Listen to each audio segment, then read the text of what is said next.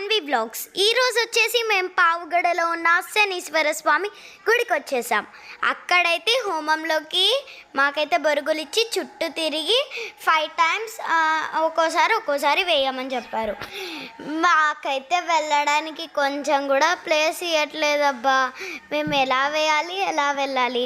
లాస్ట్కి ఏదో దొరికింది కదా అని వెళ్ళాము. ఇంకా చూడండి, ఇట్లా బొరుగులు ఇచ్చారు. తర్వాత మేము వెళ్ళి వేస్తున్నాము. ఇంకా వేసేసాక అందరూ ఖాళీ అయిపోయారు. అప్పుడు ఎంత ప్రశాంతంగా ఉందో.